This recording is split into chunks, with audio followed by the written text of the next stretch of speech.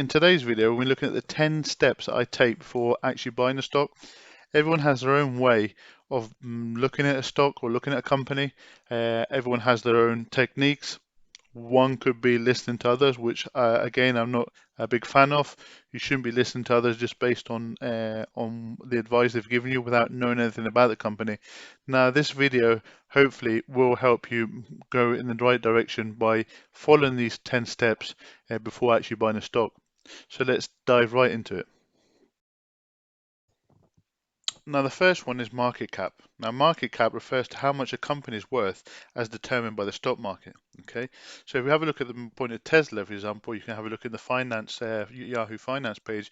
You can see that Tesla's market cap is 809 billion.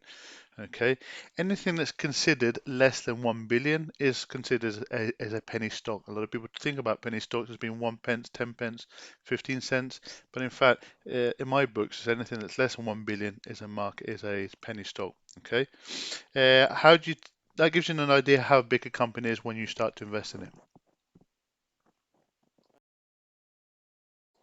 So the second point is historic prices. Now, historic prices, what you want to be doing is looking at the last 5, 6, 7, 8, 9, 10 years, whatever, to see what the company has been doing. Okay, have a look at the case of Aston Martin, for example. If you were to purchase Aston Martin today you'd think, hang on a minute, why is the prices so low when back in 2018 they were sky high? So it triggers you to actually investigate to see what had happened.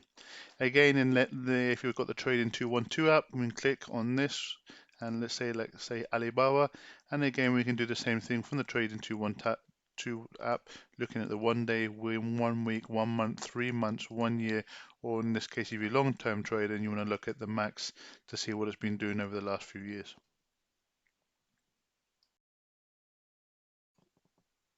Now, the third point, and probably one of the most fundamental points, is the PE ratio. What is the PE ratio? It's simply the price to earnings ratio. Okay, and this ratio is for valuing a company that measures its current share price relative to its per share earnings. Okay, the price to earnings ratio is also known as the price multiple or the earnings multiple. So if you're looking at other sources, that's another name for it. Now, generally, the higher the PE ratio, the more expensive, and generally, the lower the PE ratio, the company is undervalued. Okay, for long-term investors, if you're looking at long-term, you want to be looking at 30 or below. Okay, having said that, you have to look in every industry, every market. Let's take, for example, the EV industry. If we have a look at the EV industry and we look at Tesla, you can see it has a PE ratio of 1,634, which would suggest that this company is very overvalued. I'll let you decide for yourself. So the next one is revenue. Now, what is revenue? Revenue simply is the total amount of income generated by the sales of goods or services related to that company's primary operations.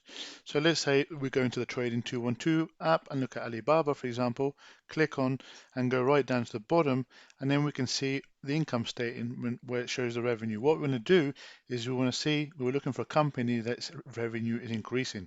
Okay, so we want to look at a company, in this case, as you can see, is rising. We don't want revenue decreasing.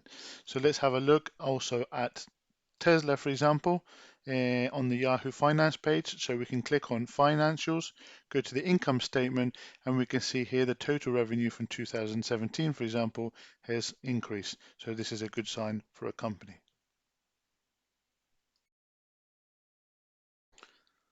So the next 2 points are liabilities and assets. Now, a company's liabilities are the debts and obligations represented on its balance sheet. They are actually the opposite of assets. Liabilities detract from a company's total value as they represent debts that will have to be paid over time. So in this case, again, going back to the Trading 212 app, we've clicked on the balance sheet and we see that the total assets are increasing and liabilities also increasing. So that gives you actually a debt to asset ratio of 72%, which is considered very good. We can actually go on in more detail and have a look at the full balance sheet by clicking, having a look at previous years to follow that. Again, obviously, if you want to look on the year in a specific, you can go back and have a look at the quarterly results if you want to have a look. So here we see that the assets, again, liabilities are increasing, but at the same time, it's good that their total assets also are increasing.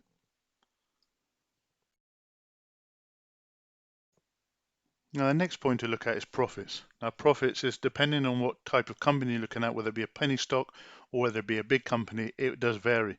So if you're looking like, for example, into a penny stock, you'll see that many will not have any profits at all. But if you're looking into a big company, for example, such as Apple, we can look at their profit margin.